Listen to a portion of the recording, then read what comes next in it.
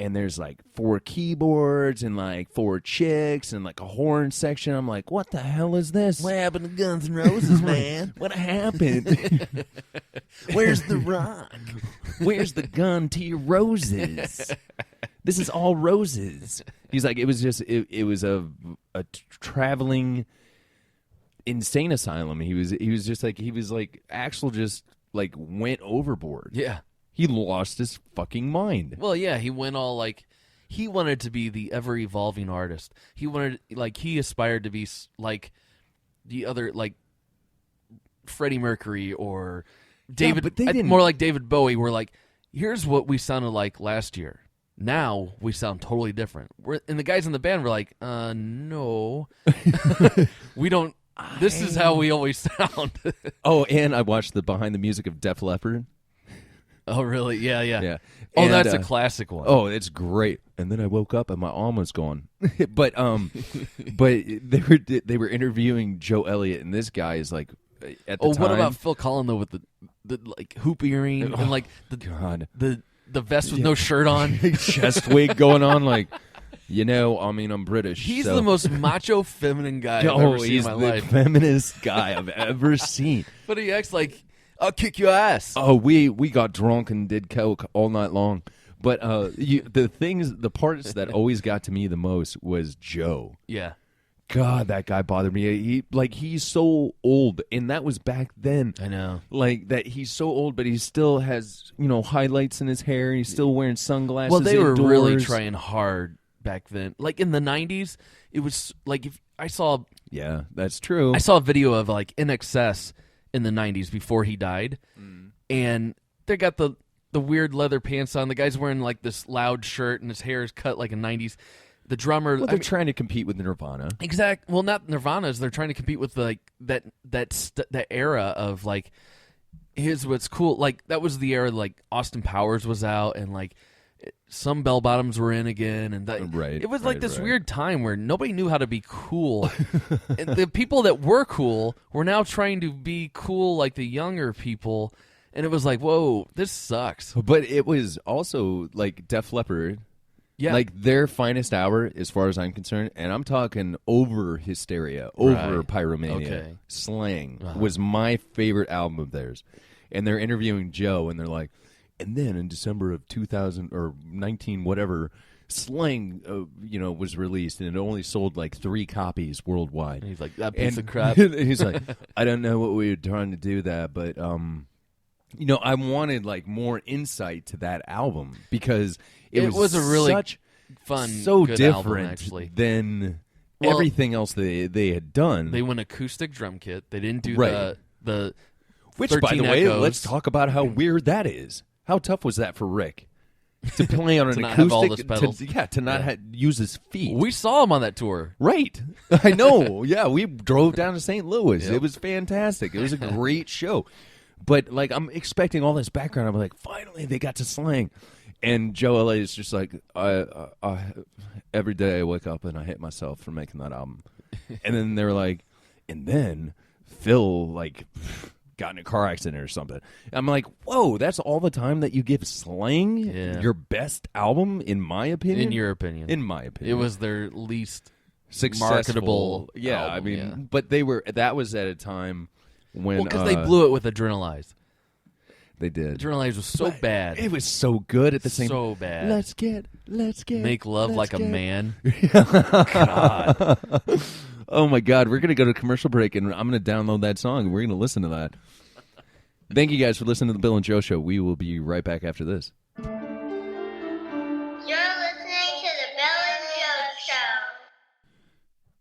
Now, here's something to talk about. Ken McSpirit, and I'm going to spell it for you, KenMcSpirit.com. You can go there, and he's a composer, a phonetic composer, that would use speech patterns in order to compose an entire symphony.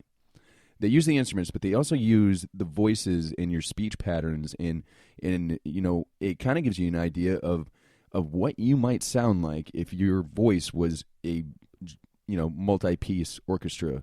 And it's a really cool idea, and he's looking for backing on Kickstarter.com.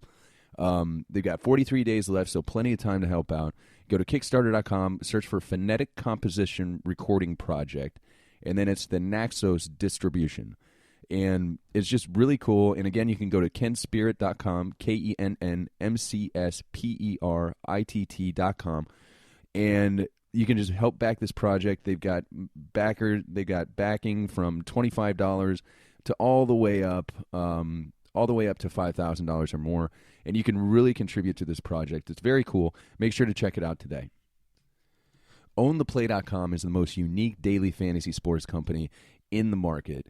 Some things they have that nobody else does. Real-time ownership rates, new games like Hole Card. Players can transfer funds to each other. Rush entry making sports scripts valueless. Use the promo code Chatlin1, CHATLIN1. Deposit $1 and get an additional $5. So you're making a lot more money than you need to start off with. No restrictions. Put it all in play. Cash out any winnings anytime. Have fun at owntheplay.com. And I checked the website out. And I have been a fantasy gamer before, like a fantasy football, fantasy baseball. And this site is particularly done very well. And it's very... the hang-up that I had on a lot of the other sites is that it's not incredibly user-friendly.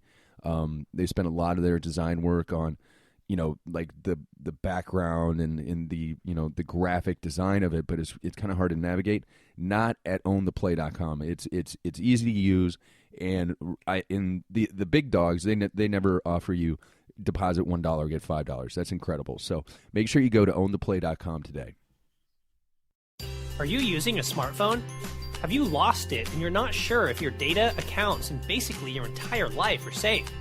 It's time to learn how to secure it with existing apps. Simple solutions for beginners. You'll learn how to encrypt your data and internet traffic, store and delete private files securely, stop your camera, microphone, and GPS from tracking you, safe browsing, control application permissions, and much more. Join now. So visit learning-adventure.com today. You're listening to the Bill and Joe Show.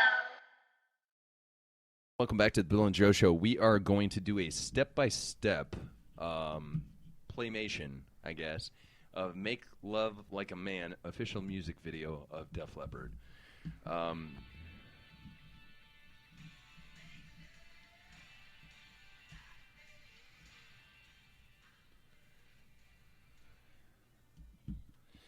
So, Come on. now, where do you want to even start doing the... all the girls around the world? Looking for a real go-getter. Yeah.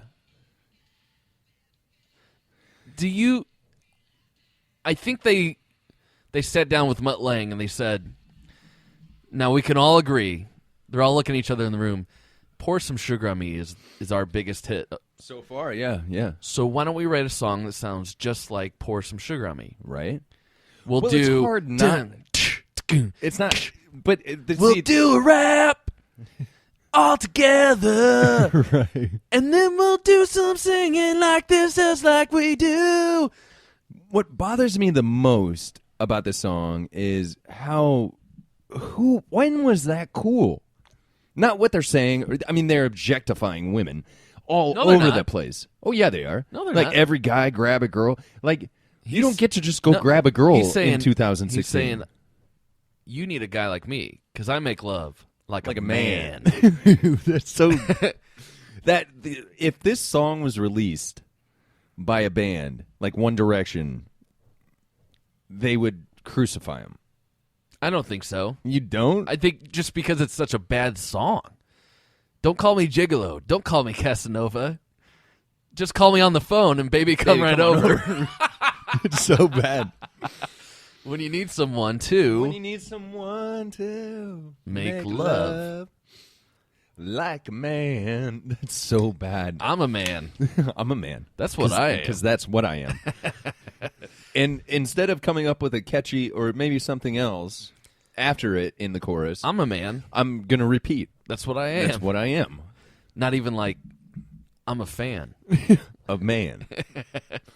It's just I'm watching the music video, and this I don't. I gotta feel God, like it's the gayest thing I've ever I seen. gotta in feel my like life. the guys in the band, they came up with this song, like this riff, and they're like, okay, it sounds just like Pour Some Sugar on Me, but it doesn't sound anything like Pour Some Sugar on Me. We did it. We got the formula. Joe, write us some lyrics. And he goes into the room. No. I forgot about this. Oh, doesn't he start humping the ground? They were in the music video. Phil Collins, Colin. was pretending to be Joe. They start trading roles. Yeah, Yeah. and it's real cute. Oh, man. It's so gay. I'm sorry. I don't mean gay, and I don't know. I don't need to explain myself like Eminem. I but can't believe how full of themselves they were. Good Lord! And it's like this. The budget on this video had to have been like $1,000. All they had to do was rent a sound room where they Right. could have a stage and a screen behind them. There's no crowd. There's no change of scenes. The outside lighting of- guy got paid big Yeah, for this. yeah. And the video guy, he's throwing out clips, but I. Oh, that guy's pumping away. Look at this. Train. Yeah. Please, anybody who's listening to this show, please go listen. YouTube, "Make Love Like a Man" by Def Leppard. And we were just talking during the break that this was cool. Yeah. This was Well, really cool. I don't know. I don't think so.